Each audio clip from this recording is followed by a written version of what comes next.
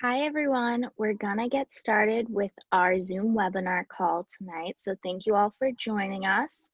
My name is Jen McGee. I am the Orientation Program Assistant here at UMass Boston for Family Programs, and I'm so happy to be able to provide you all with some information on academic support and our academic services here at UMass Boston for your students.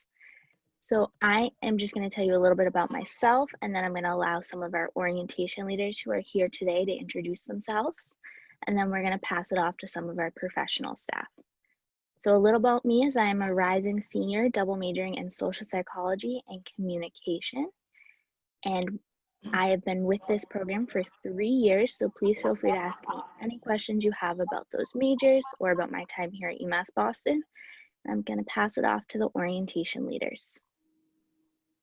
Hi there, I'm Neil Arciliano. I'm an upcoming junior psychology major. Hi guys, my name is Jessica Horatius and I'm a rising junior nursing major. Hello, I'm Janine Vasquez. I am a rising junior in the nursing major with a minor in human rights and women, gender, and sexuality studies.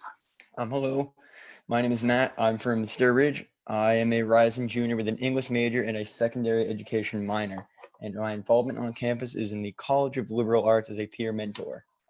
Hello everyone, my name is Donald Gossick. I'm a computer science major and a rising sophomore, and I am also a peer health educator with the University Health Service at UMass Boston.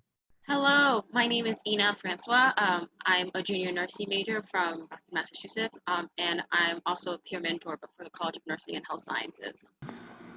I'm Val Tobin. I'm a sophomore music major. I minor in cognitive science and wealth, poverty, and opportunity, and I work as a tutor in the ESL department. Hi, my name is Danielle Mkofo. I'm a bio major on a pre-med track. Hello, good evening, folks. My name is John Ray Javier. I use he, him pronouns. I'm a senior majoring in IT.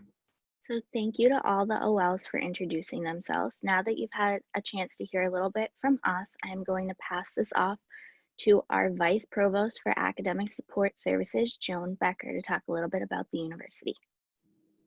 Great. Thank you very much, Jen, and all the OLs and the team here tonight for inviting me. It's a pleasure to be here. Welcome, parents, family members, to this evening's opportunity to provide you with some information about our academic support services, but also to answer your questions. On behalf of our Chancellor, Catherine Newman, our Provost, Emily McDermott, and all of our deans, I really want to welcome you to this session tonight, and I want to let you know how totally jazzed up we are that your loved ones will be joining us in the fall as part of the Beacons class of 2024. Our faculty can't wait to have your loved ones in the classroom to teach them. We recognize that this spring and the COVID pandemic and our recent challenges to really tackle systemic racism in our society have created a lot of turbulence and challenges in the last few months. And we have all at UMass Boston have worked hard with our students to help everyone be successful. And now that we've made the decision to be primarily remote in the fall, based on really an understanding that so many of our students live in our neighborhoods, and as much as we would love and prefer to be face-to-face, that the risk of from a public health perspective at this point, given the logistics of getting people to campus, is just too great. And so we're going to have a very small number of things face-to-face that are classes that can't really be effectively taught in a remote mode. But our faculty are working, I want to assure all of you, so hard this summer with their departments to make sure that their classes will be engaging, and that we will provide everyone with all of the supports that they need to be successful. I also want to really underscore that we at UMass Boston pride ourselves on being a research university with a teaching soul, and you can be assured that we plan to honor our commitment to teaching, particularly undergraduates. And so as I said, our faculty are working hard to make the experience as engaging and quality as they can.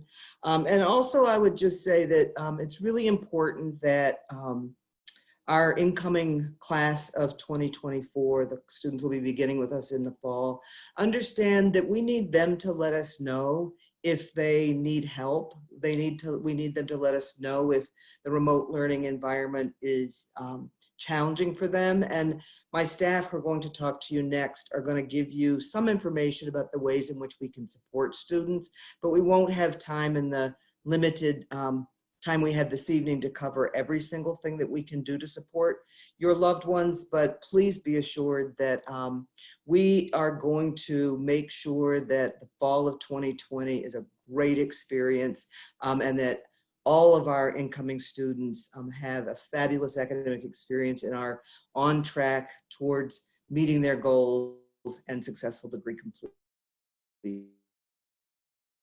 So I'm going to turn it back now to my staff who are going to talk to you about our support services. Thank you. Good evening, everyone. My name is Mark Kenyon. I'm the director of the Office of Career Services. And along with my colleagues this evening, we are very excited to be here to talk to you about the Academic Support Services and Undergraduate Studies Unit and how we can work together over your time and career at UMass Boston to help you succeed as well. Patrick, could you advance the slide, please? The Academic Support Services and Undergraduate Studies Unit really focuses our mission on providing students with access to academic opportunities that engage and connect you to global community of learners and to foster development of your full potential while you're here at UMass Boston. We provide students with learning opportunities in and outside the classroom and services to help you progress to that next challenge or opportunity that you're looking for, both academically and throughout your career pursuits as well. Hi, everybody. My name's Joyce Morgan. I'm the director of the Ross Center at UMass Boston, and I'm glad to be joining you tonight. The Vice Provost for Academic Support Services Division encompasses a lot of student services, but the ones listed on the screen, which include academic support programs, career services and internships, disability services, Office of Global Programs, Undergraduate Studies, and the University Advising Center are those that we think will be most relevant to you. So those will be the ones that we're going to be focusing on tonight. But there are lots of other programs and support services that we work with. Hi, everyone. My name is Mike LeBlanc. I am the Director of Academic Support Programs here at UMass Boston. I want to welcome you and thank you for coming tonight.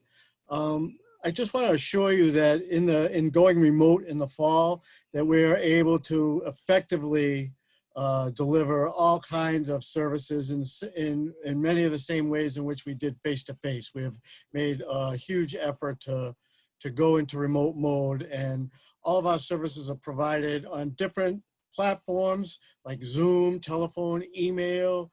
There's a thing called Blackboard Collaborate, which is the platform which many of our classrooms and tutoring services are run on. So there are all kinds of ways that we can connect. We also have a Respond program, which has peer coaching for students who are in need of assistance or who would just like to make a connection to a different kind of service that they don't know how to find. So they're available and ready to help your students succeed here at UMass Boston. Our faculty and staff have all spent a lot of time after being kind of plunged into remote mode, now getting ready and getting used to it and knowing exactly how to make the best of their classes. So going remote has actually ended up to be a really exciting opportunity that I think we're happy to, we're going to be able to deliver the services to you in the fall. So now, Hi, everyone. My name is Gail Stubbs. I oversee the University Advising Center at UMass Boston, and I also work closely with the other advising offices across campus. So I'm going to talk for a couple of minutes about advising at UMass Boston. To start with, we have, as I said, the University Advising Center. It's a centralized advising resource, and we work primarily with undeclared students. So students who have not yet decided a major, who are in the College of Liberal Arts, the College of Science and Mathematics, and the lower division students in the College of Management. So we work with the management students for their first 2 years, and then we pass them off to advisors in the college. In addition to the advising center, we have college-based success centers. So each of the colleges at UMass Boston, if you're not familiar with it, all of the majors that your students will be starting in the fall belong to one of our academic colleges. So there's the College of Liberal Arts, there's Science and Mathematics, there's the School for the Environment, there's the College of Education and Human Development, there is the College of Nursing and Health Sciences, and I think I got them all. Each of the centers, success centers, has a full service advising office. So they have professional advisors who work full time to help your students make sure that they're meeting their educational goals and making progress in their major. Some of your students may have already attended the Monday morning orientation sessions, and if they have gone through that, then they have seen a presentation by the advisors in their college, and they may have already had a one-on-one appointment, follow-up appointment with an advisor to choose their fall schedule. In addition to professional advisors, many of the colleges also have faculty advisors who are work to help students really understand what they can do with the major. They serve as mentors. They help students think about what kinds of research they might want to engage in. They help your students think about what kind of career they might want and what sort of concentration they might want to focus on within a major. And in many cases, for the colleges that offer faculty advising, there's a collaboration between the professional advisors, the faculty advisors, and students. In addition to the professional and faculty advising, there are many programs on campus that also offer additional layers of support. And some of the ones that are included are international student advising. So we have a global programs office, and they do all of the visa and I-20 and visa regulations, then work with students who are coming to study at UMass Boston from other countries. They have study abroad advisors who help your students think about international experiences that they may have during the 4 years that they're at UMass Boston. And we even have a national student exchange program where students can take one semester away from UMass Boston and attend another institution in the US for a semester. We have Student Support Services Program. It's a federally funded TRIO advising and student retention program. They work with about 500 first-generation college students and low-income college students to help make sure that students progress toward graduation. We have athletics academic support. So there's an academic advisor who works with athletes. We have an honors college. So in addition to the college of your child's major, your student may have been invited to join the honors college, or if they weren't invited to join it, can contact the honors college if they're interested in finding out more about it. But it's a challenging curriculum that includes seminars, specific honors college, specific honors courses, and it complements the student's major and it's a success community of sorts. There's the Success Boston Initiative, which is a citywide initiative, and that was put in place to help raise the graduation rates of students graduating from the Boston public high schools. And it's a collaboration between UMass Boston, nonprofit partners, and then the Boston City High Schools. And it's kind of an extra layer of support. There's coaching available to students from the Boston Public Schools. And we also have an Asian American Student Success Program, which is again, a success program that's designed to provide an extra level of support for students. Can you progress? Okay, so just quickly, I want to go over a few advising tools. We have a degree audit system and a 4-year degree planner system. The degree audit is available to students. Students meet with their advisors and they review the degree audit together. And that helps the student understand how to complete requirements, major requirements, general education requirements, and university requirements. There's also a what if audit feature. So if your student is not sure of their major or might be considering more than one major or even adding a double major or a minor, they can look at the what if audit for that major or minor and see what courses would be required and how the courses they've already taken would fit into that new or potential major.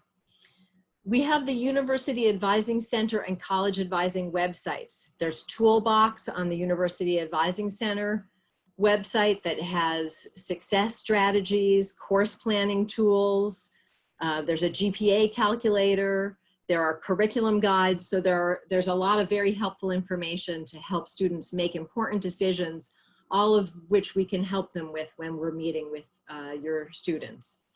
I already mentioned orientation, which is a Monday morning event on Zoom where students are getting some start on track information about policies and procedures and important dates, and then they're meeting with their colleges for an advising presentation. In the first semester or year, depending on their placement, students take first-year seminar courses, which are academic content-based courses in many of the academic departments, but they include an extra credit where students are able to learn more advising information and career information, and they get visits from advisors and other support resources during that class, and it is a continuation of orientation in a way. And then I just finally want to mention that we offer different assessments for students who are trying to discover their strengths and talents and really meet their educational goals in the strengths-based way. So Clifton Strengths is a assessment tool, and Focus 2 is another assessment tool that your students can ask to take through the University Advising Center or Career Services, and will help them then have a follow-up appointment to discuss the outcome of that assessment. Thanks, Gail.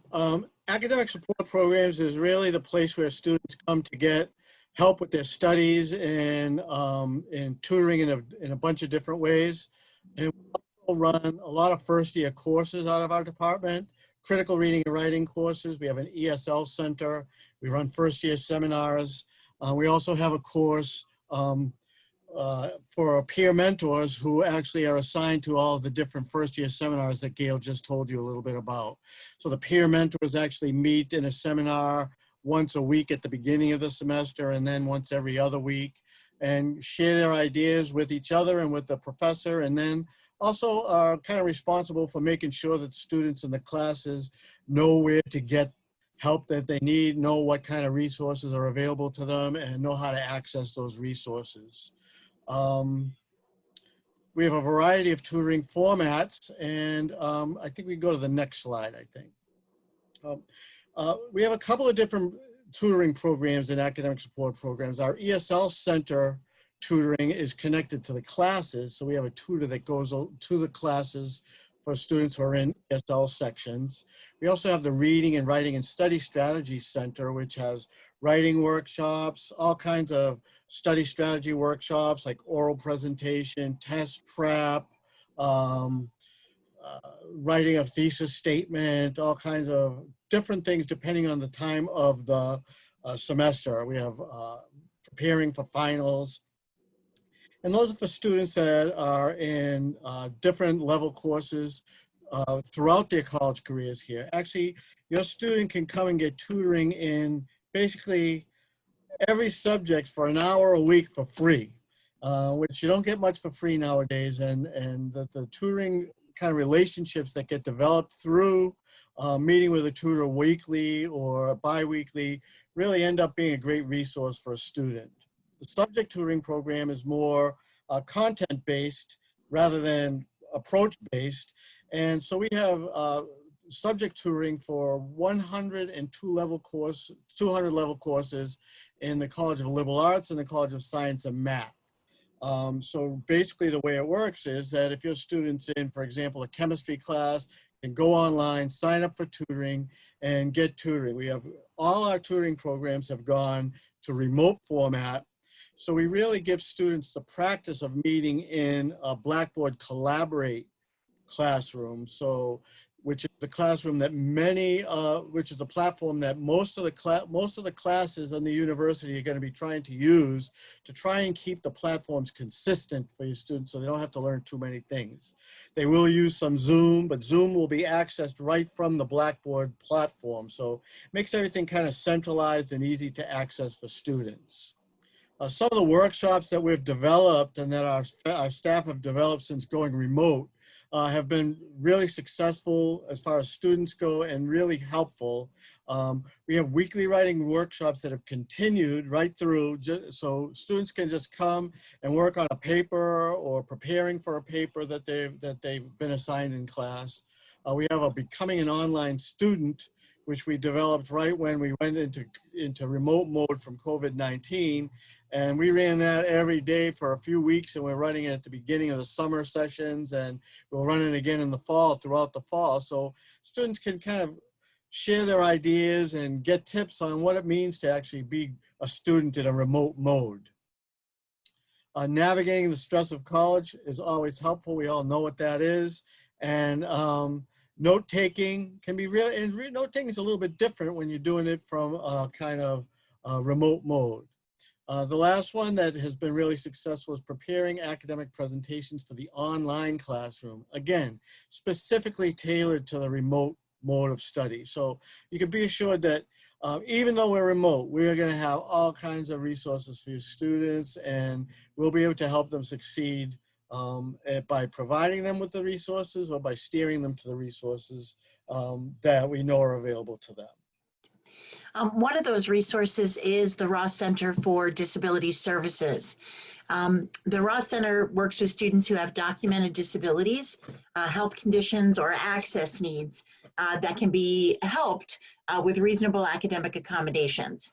So we work with predominantly the academic side of the house. Occasionally we will help with events and programs, but most of the time with the academic side of the house for any student taking one class or taking a full course load who has some sort of documented disability. The ways that the students would register for that are listed right on the screen for you. So you can see it's pretty simple. Most of it happens online. And then we've worked out that we can set up our registration appointments via Zoom or over the phone. And then you'll work with a staff member to determine what those accommodations might be. For those of you who have students who may have had an IEP or a 504 in high school, this is definitely something that they would like to do when they get to college, is to register with the Ross Center. Because we will be there if they want to take advantage of those accommodations. We offer accommodations that are similar to those that the student might have received in high school. Some are a little bit different. We may have some ones that they didn't get in high school. Some may not be exactly the same, but we definitely will work with the student to figure out the best way that they can get equal access to the educational experience and to the classroom. And that includes in the online environment. We certainly are talking with students now about what their disability may look like in an online setting, given the fact that we will be predominantly remote this fall. So that's definitely a conversation that we're having with incoming students and with our current students. So you can advance the slide, Patrick, thanks. One of getting connected to these resources like the Ross Center and like some of the resources that Mike and Gail have talked about and that Mark is going to talk about is one of the great ways that students can start on track and stay on track. I'm sure if I could see families' hands, many of you would say that you are hoping that your student will graduate in 4 years or 8 semesters. And that's what we mean by start on track and stay on track. Doesn't work for every student, and it's not necessary You can complete your academic path in any time frame that you wish. But if you're interested in completing it in the 8 semesters or 4 years, your student will be looking at taking about 5 classes a semester. We do offer a winter session and summer session, so if a student wants to break those up and use those summer sessions, they can. But that helps them to be on that 4-year graduation plan. During orientation, they'll work with their advisors to pick first-year on-track courses that meet their academic interests and help them to get connected to programs or majors that they might be interested in. Every student has an academic advisor, and most every student will have a hold on their account before registration so that they need to chat with that academic advisor about what they're going to be taking in the future to make sure that they're getting a good plan for either that 4-year graduation plan or whatever their plan is. The academic advisors are very well versed in the academic calendar. They also can make referrals to that tutoring and academic support that Mike had talked about a little bit earlier. Students should take advantage of faculty office hours. It's definitely something that our faculty, as much as our faculty are in the front of the classroom teaching, they're really interested in getting to know their students. And that faculty office hour is one of the great ways for them to do that and to be able to interact with students. And it's a great way for students to make sure that their faculty member knows their name and knows what their interests are and knows maybe why they took the class, if there's a special reason for the class. It's also, in the first few weeks of the semester, not a really utilized tool. So I certainly encourage new students to maybe go and say, hi, I'm so-and-so. This is the first course in my major maybe, or this is the first course I'm taking here at UMass. And want to make sure that you know who I am, and this is something I really liked about your class, or this is something I was wondering. We also know that students have work and other commitments, and that's all part of this starting on track and staying on track, is for students to be able to mesh those together in a way that works for them. And working with all of the resources on campus, we can be supportive of that and help them to be able to keep making progress towards their degree at the pace they would like to, and more than likely with that 4-year graduation plan.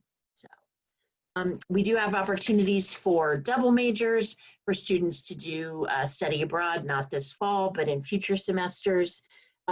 Sometimes students want to change a major, and that's a great conversation for them to have with an advisor.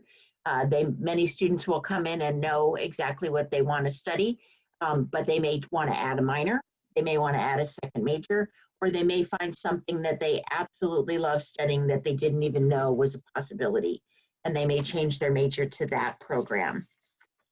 One of the ways that we do communicate with students regarding their academic progress is an early alert, which is a type of midterm grade that many of our professors will submit for their courses. So students can have a sense of how they're doing in a class.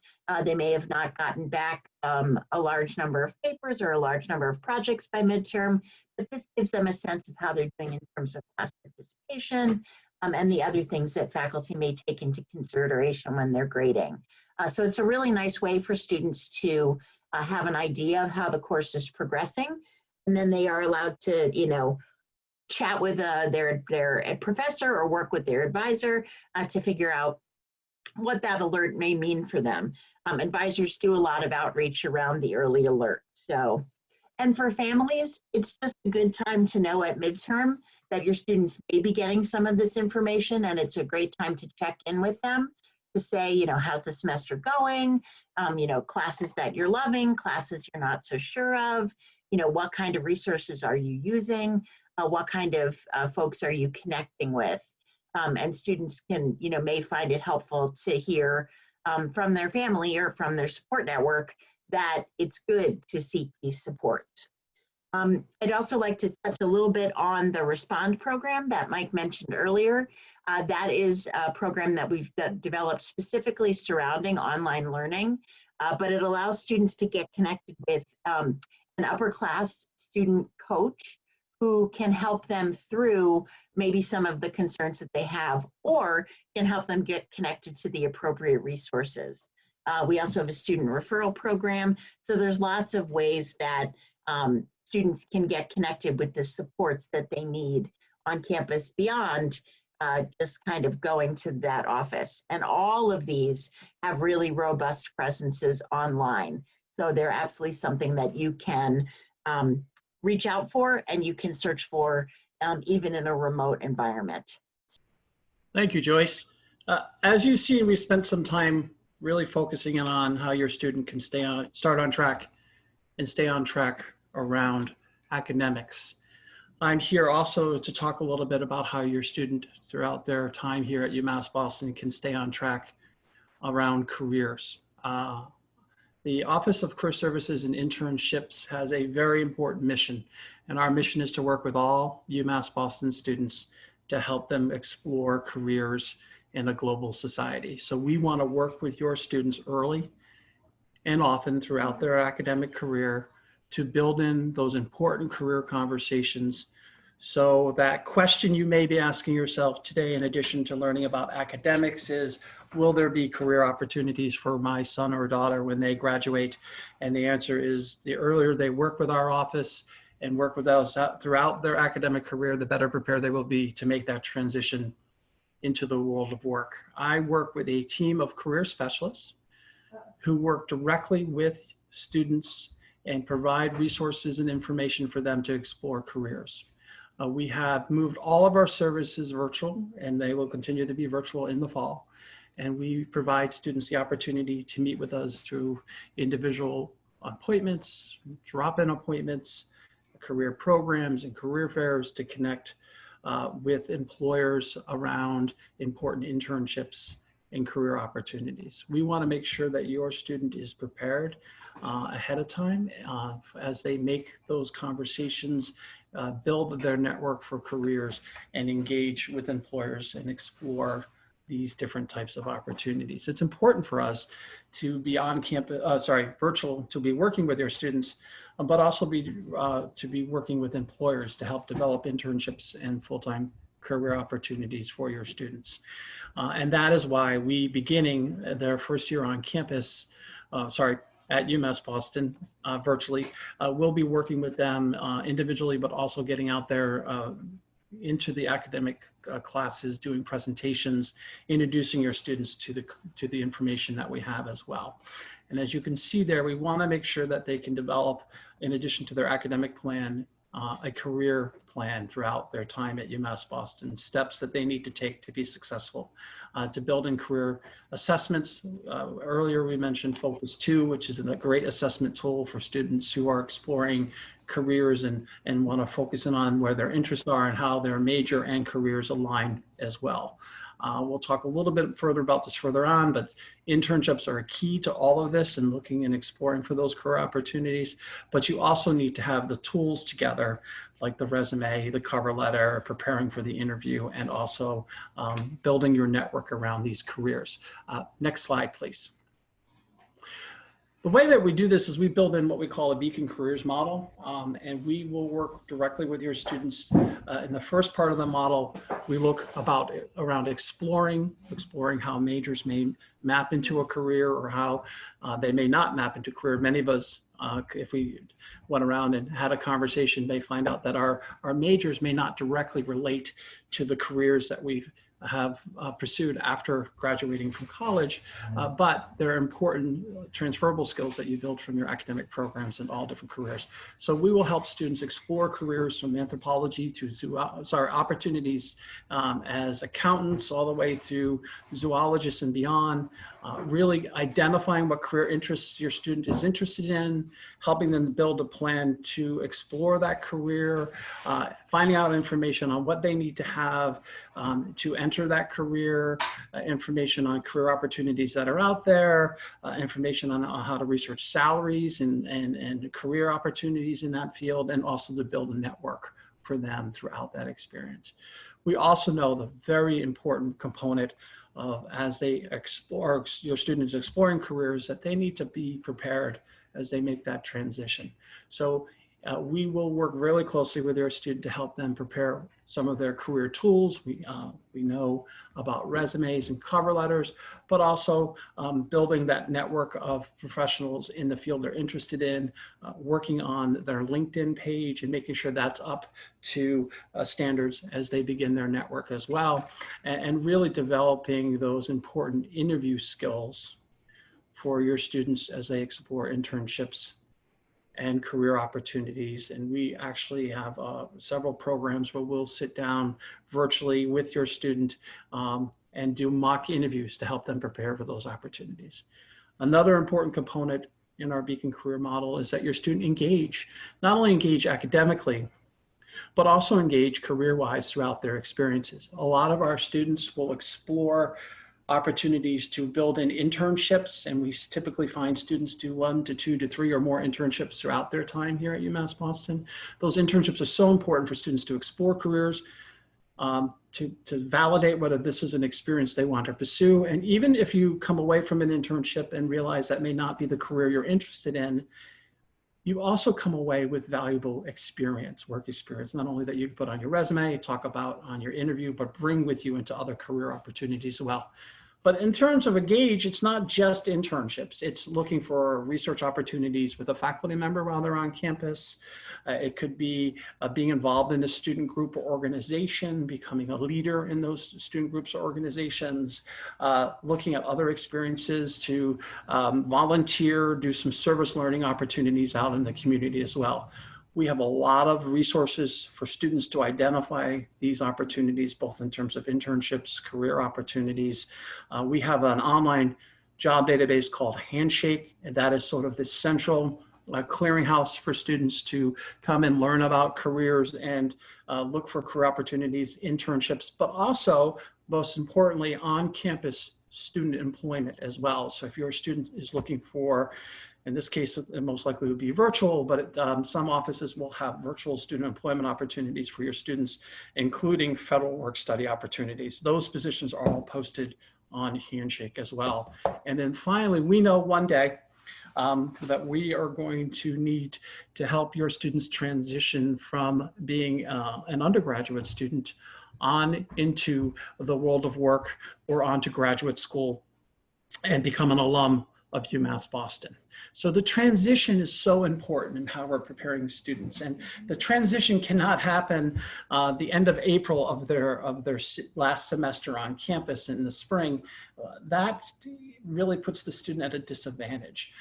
They again need to be working with us early and often from the first semester they're on campus throughout their experiences, and we can help them do that. So in the transition, a lot of that is conducting a job search, continuing to build your network, going on interviews, but also some of our students are considering going on to graduate school. We have a lot of information to help students who are interested in going on to graduate school, explore graduate school programs, look at funding for graduate schools, how to apply to graduate schools as well.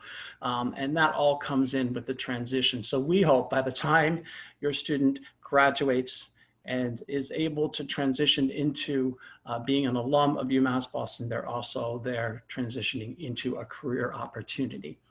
Could you advance the slide, please?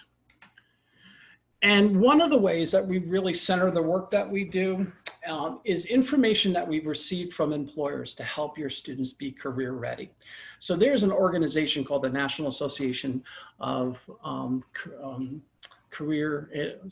the National Association of Career and Employers. And that group, NACE as it's known, has developed, along with hundreds of employers, these 8 career competencies that your students are hoping to have when they graduate and transition into the world of work.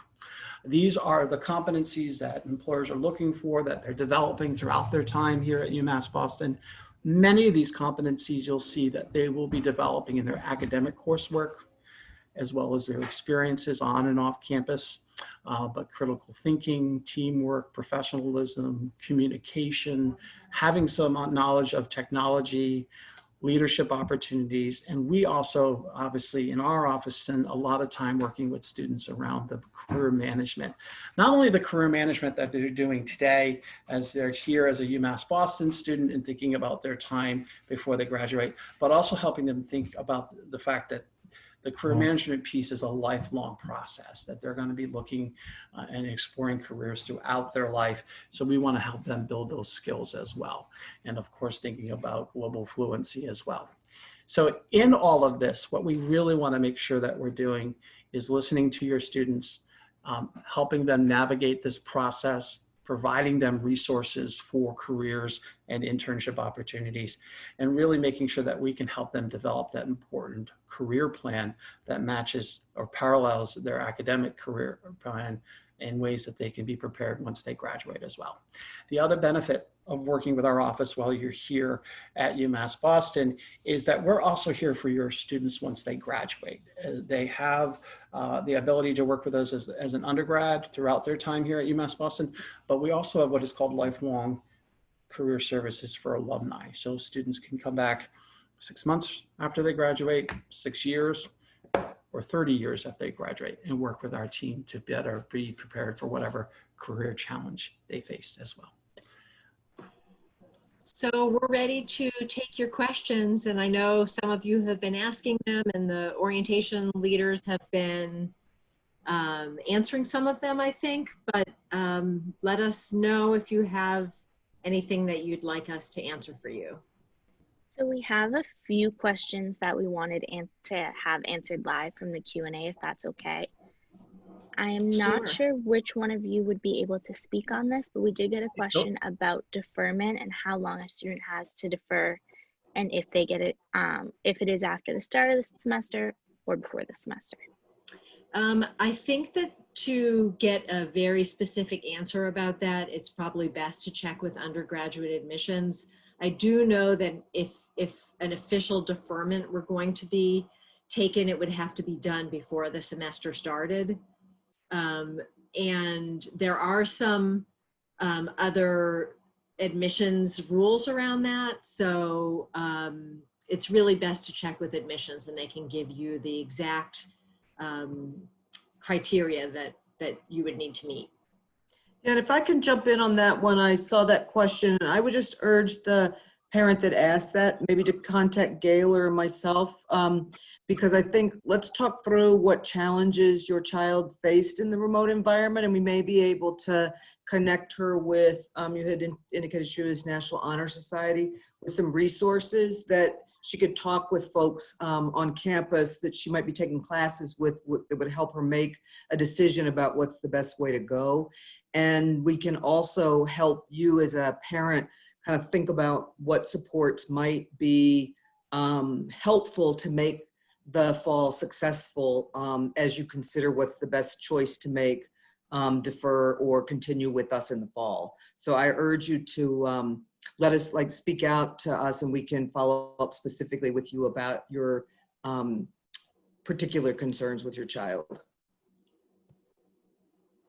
And I think our email addresses were up earlier, yes. So feel free to Jen, feel free to share our email addresses with anyone who would like them. Yeah, make sure to was up there, but definitely be in touch with Gail if we can be helpful in thinking about whether deferment is the right option, and if connecting your daughter, I believe it was, with some faculty to help her think about how to make this decision, we would be more than happy to. And as they indicated, our Respond peer coaches are another resource to help students. We are sending all of the emails in the chat right now, so you should all be able to see them as well. We did get another question about in the preliminary plan. Joan, I think you may be able to answer this. There was a program called Beacon 2020 that included a 1-credit remote learning course. Will students have to register for that, or will it automatically be placed in their schedule?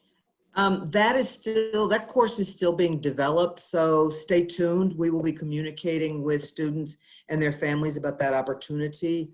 It's still under development, so it's not clear yet whether it's going to be something that all students are required to do or whether it will be something people sign up for. So we'll have more information for that on that hopefully very soon. Thank you. And then for the advisors and anyone else who can answer, will undergraduate lab classes be offered in person or remote for the fall semester? I think as far as I understand, and Joan can also possibly answer this, there will be a very limited number of science labs that are taught on campus. And that list of labs is still under development. And I think there are some nursing simulation labs that will be done on campus. Other than that, the vast majority will be remote. Correct. Gail's correct. And part of what we're working on is that for those things that will be on campus, and again, it's the small number of classes that for nursing being one of them in the simulation room, that it's difficult to meet the learning objectives of the course. As our nursing dean says, I can't certify my nurses are competent if they haven't, if in the entire time that they've been with me, they've never touched a patient. So we have to find a way for them to do some actual hands-on. So we're doing that in a very limited way. We do need to, and this is part of what we're working on right now, is there will be students who, for a variety of reasons, aren't able to come to campus for that on-campus, those very small number of on-campus courses, and we are working with the faculty to make sure that students who need those classes have an alternative way to move forward. Because if your health situation is such that coming on campus would be an unwise decision, we wouldn't want to have you do that. So we're trying to work through those complexities. But Gail is correct that the vast majority will only be very limited number of things that we can't do in a remote environment. Thank you. And then for, we did get another question about how many classes the student's supposed to take per semester. If one of you would like to address that.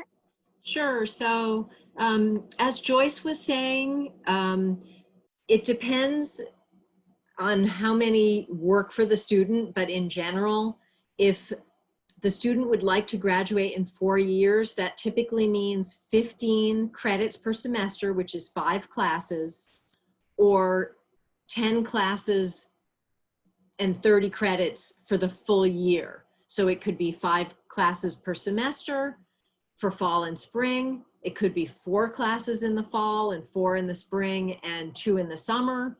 There are different ways to stay on track for different students depending on what works best for them.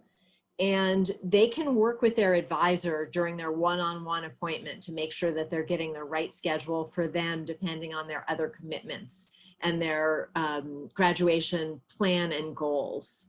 One thing to just know is that sometimes it gets a little confusing because you might hear from people that 12 credits is considered full-time, and that's true for many different reasons. It's considered full-time for visa requirements for an international student, for athletes who need athletic eligibility, for insurance purposes. Sometimes students have to be full-time, a variety of different reasons. So 12 credits meets that full-time requirement, but if a student took 12 credits for 8 semesters, they would not have enough credit to graduate. So there's, each semester students can take, can be full-time if they take between 12 and 17 credits. And it would be 15 per semester to graduate in 4 years.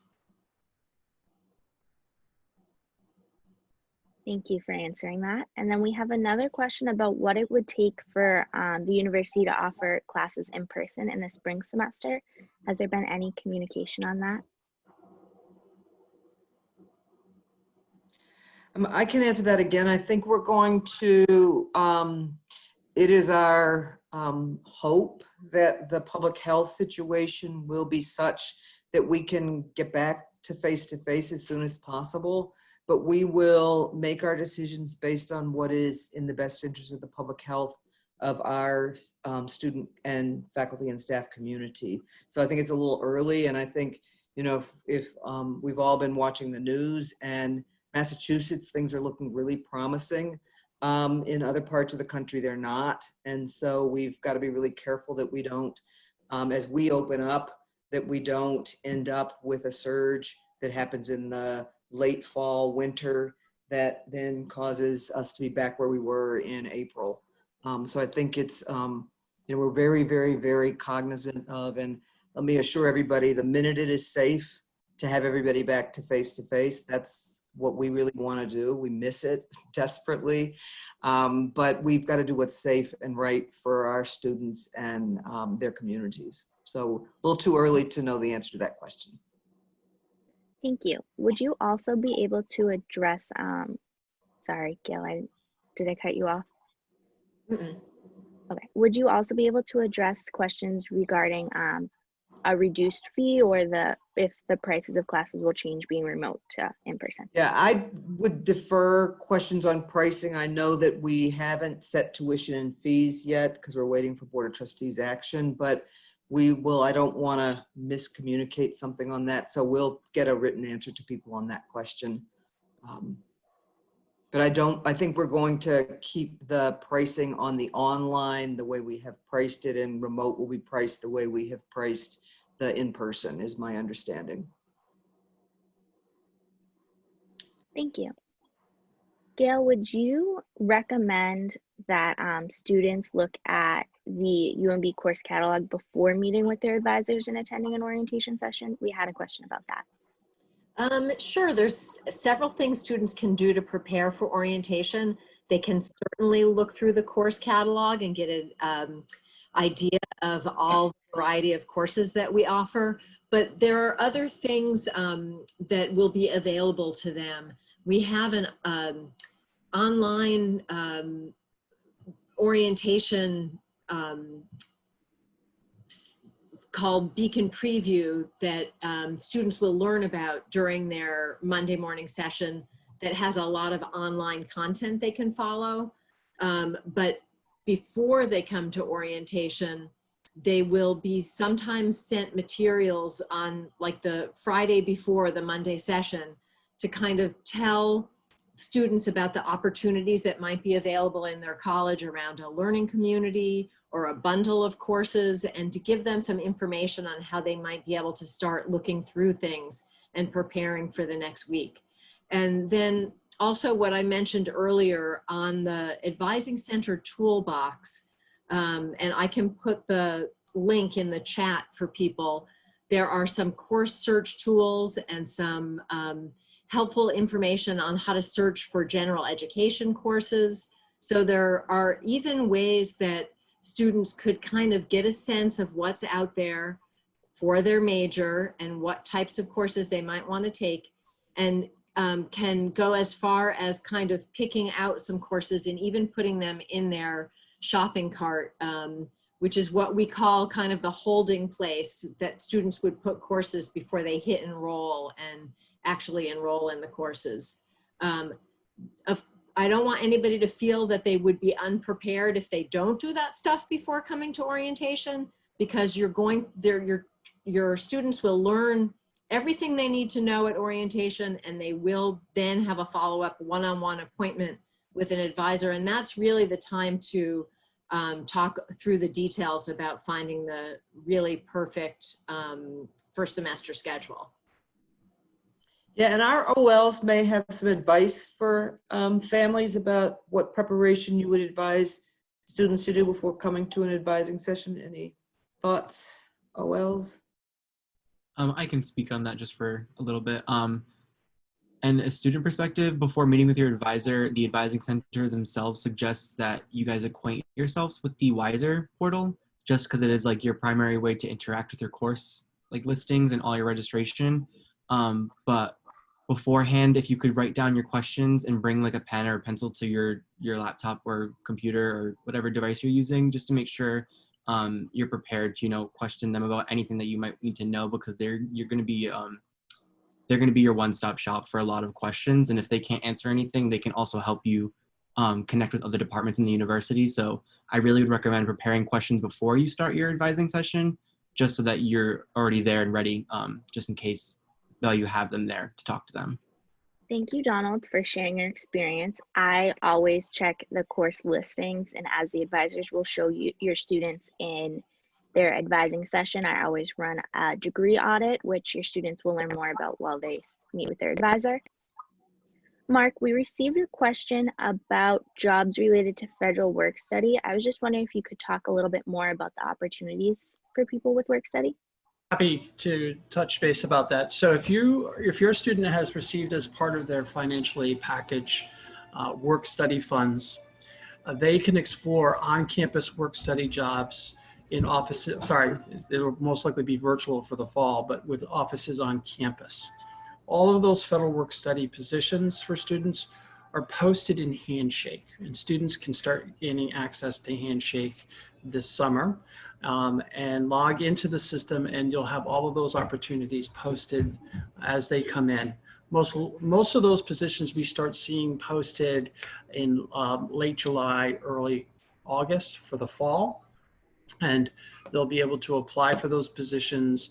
And then as they do apply for any student position, we do encourage the student to let the person know or the staff member know in that department if they have federal work study, because that is something not only part of their financial aid package, but departments also want to support the federal work study program as well.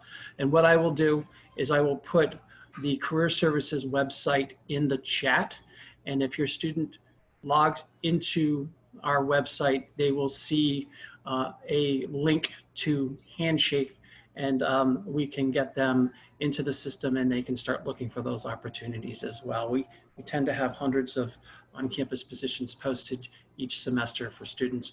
And what I would encourage your student to do if they are looking for a federal work study job is, again, to set up an appointment with one of us in Career Services, because most likely they'll need a resume to apply for that job, and we can help them develop their first UMass Boston resume as well. Right, and I just want to underscore what Mark said.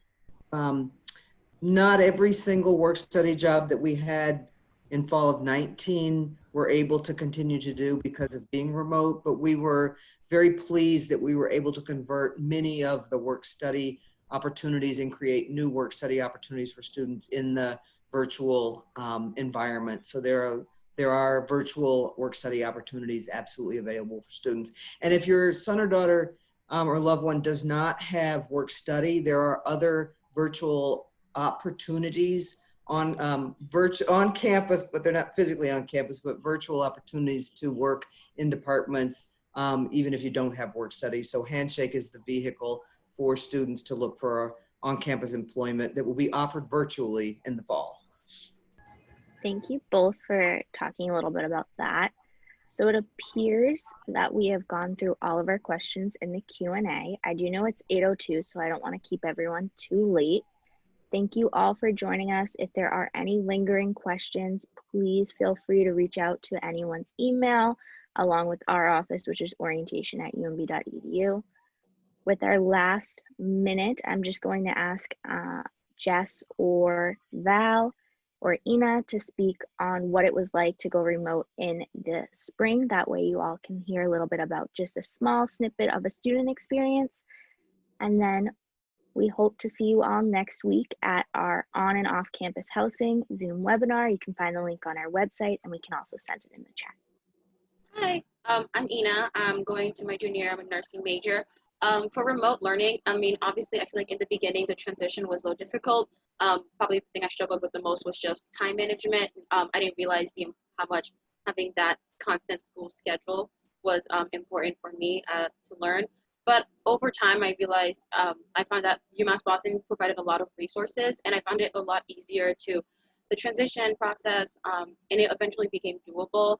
Probably one thing that I recommend as like families that could be helpful for students, one thing that my parents did was just understanding when I was in school, I was in school. So without not disturbing me and providing me time to just get my work done. So that was probably the best way that my parents supported me, which is providing me that space and that quiet time to know that I was in school.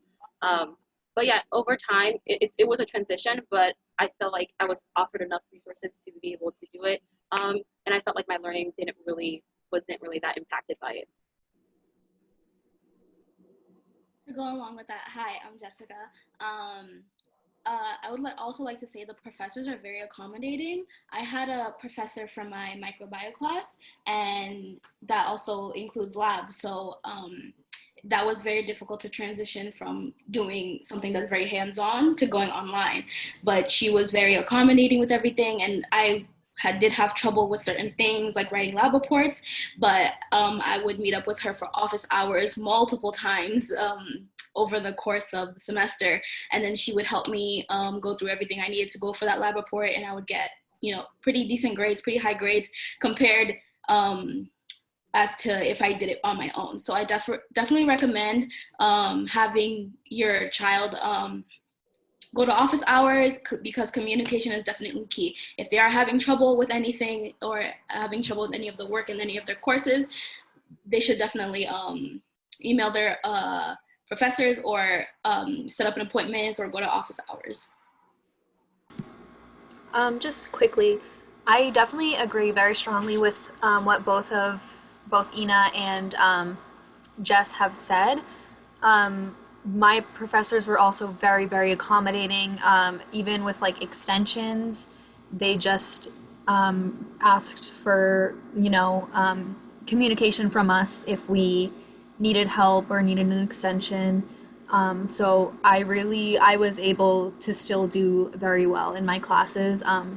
And in regards to being at home, my family was very, very helpful to me. I wrote down, my sister and I both, because she's also in school, we wrote down on our whiteboard on the fridge, like what time we were going to be in our online classes so that our parents knew not to disturb us. And having having that time to myself with no interruptions in my own space was very, very, very important to me. So thank you to the OLs who shared a little bit about their experience. I believe that concludes our Zoom webinar for the night. So thank you to all of our presenters for joining us and sharing a little bit about academic support services and where our university stands. Thank you for everyone who joined us tonight. We look forward to hopefully seeing you all next week and hope you all stay safe and healthy. Have a great night.